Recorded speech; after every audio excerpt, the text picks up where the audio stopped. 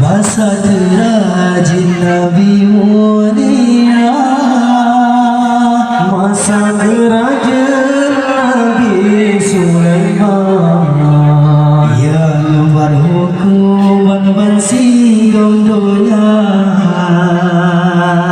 masa kerajaan Nabi Sulaiman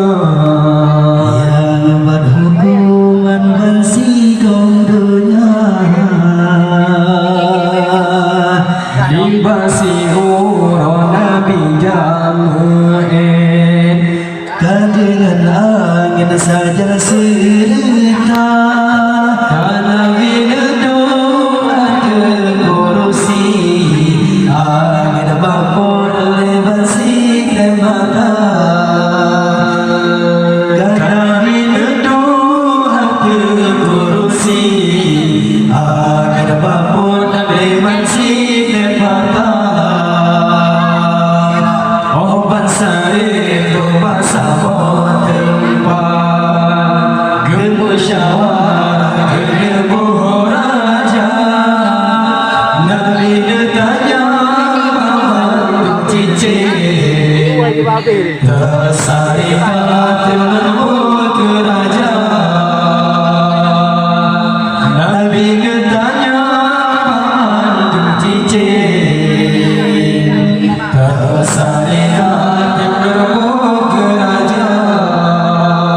seluruh jam Tuanku ampun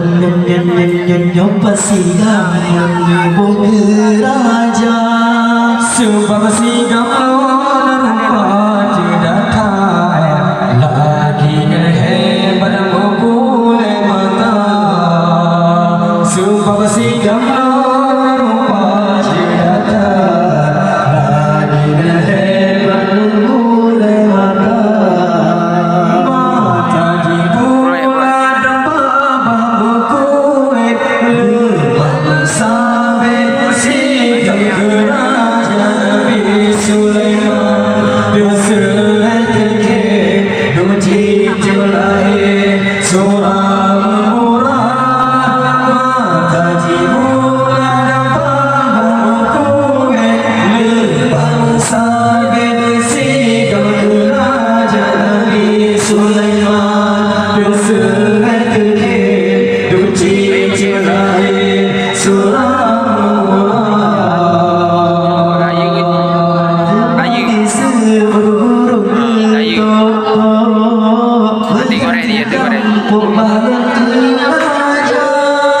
sebab barunya tak biasa belum berjalan pernah menjulang sebab barunya tak biasa belum berjalan pernah menjulang cuma bisa